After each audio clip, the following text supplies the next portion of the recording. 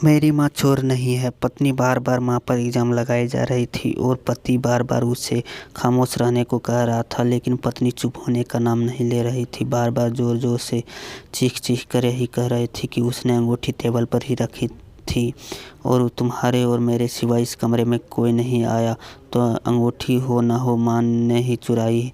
बात जब पति के बर्दाश्त से बाहर निकल गया तो अपनी पत्नी को जोरदार थप्पड़ दिया। अभी 3 महीने पहले ही उनकी शादी हुई थी। पत्नी को थप्पड़ सहन नहीं हुआ और वह घर छोड़कर जाने लगी और जाते जाते पति से एक सवाल पूछा कि तुम्हें अपनी माँ पर इतना भरोसा क्यों है। उस समय पति ने जो उत्तर दिया उसे दरवाजे के पीछे खड़ी माँ ने सुना तो उसका दिल भी भर आया। पति ने अपनी पत्नी को बताया कि जब वह छोटा था तब उसके पिताजी चले बसे। उसकी माँ मोहल्ले के घरों में झाड़ू पोछा लगाकर जो भी काम पाती थी उससे सिर्फ एक वक्त का ही खाना आता था।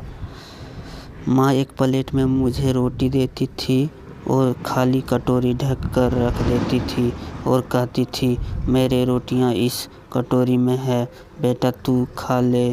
और मैं भी हमेशा आधी रोटी खाकर कह देता कि माँ मेरा पेट भर गया है, मुझे और नहीं खाना। माँ ने मुझे मेरी आधी झूठी रोटी खाकर मुझे पाला पोसा और बड़ा किया और आज मैं 2 रोटी कमाने के काबिल हो गया हूँ।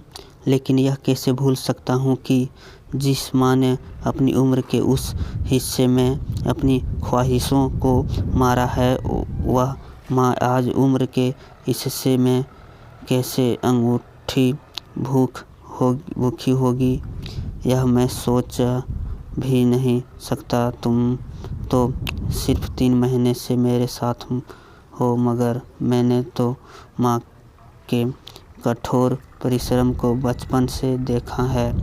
यह सुनते ही माँ की आंखों से आंसू झलक उठे। वह समझ नहीं पा रही थी कि बेटा उसकी आधी रोटी का कर्ज चुका रहा है या वह अपने बेटे की आधी रोटी का कर्ज। हेलो गाइज, अगर आपको यह कहानी अच्छी लगी हो तो चैनल को प्लीज़ सब्सक्राइब करें और वीडियो को शेयर ज़रूर करें।